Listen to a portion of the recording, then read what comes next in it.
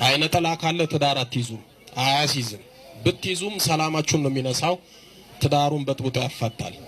የትዳር መተት የእድል መተት ካለ ትዳር አትይዙም፣ ብትይዙም ትፈታላችሁ።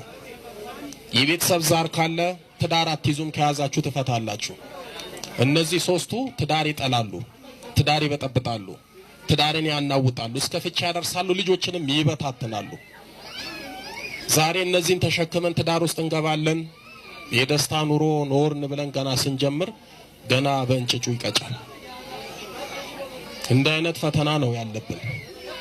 ከነዚህ ክፉ መናፍስት ሳንጸዳ ከገባን ትርፋችን ፈተና መከራ ነው። ጣለብን እንግዲህ ነው መሰል በቃ ማን ነው የሚያጸዳል? የኮሉቴር ነው። ስንት ያገባች ስንት ጊዜ አፋታት?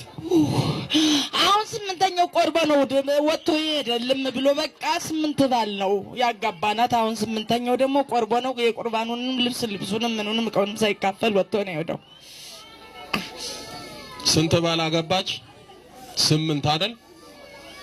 8ቱንም አላቆየም፣ አላበረከተም። 8ቱንም አባረረ። የመጨረሻው 8ኛው በቤተ ክርስቲያን ሥርዓት በከበረው ጋብቻ በቅዱስ ቁርባን አገባች።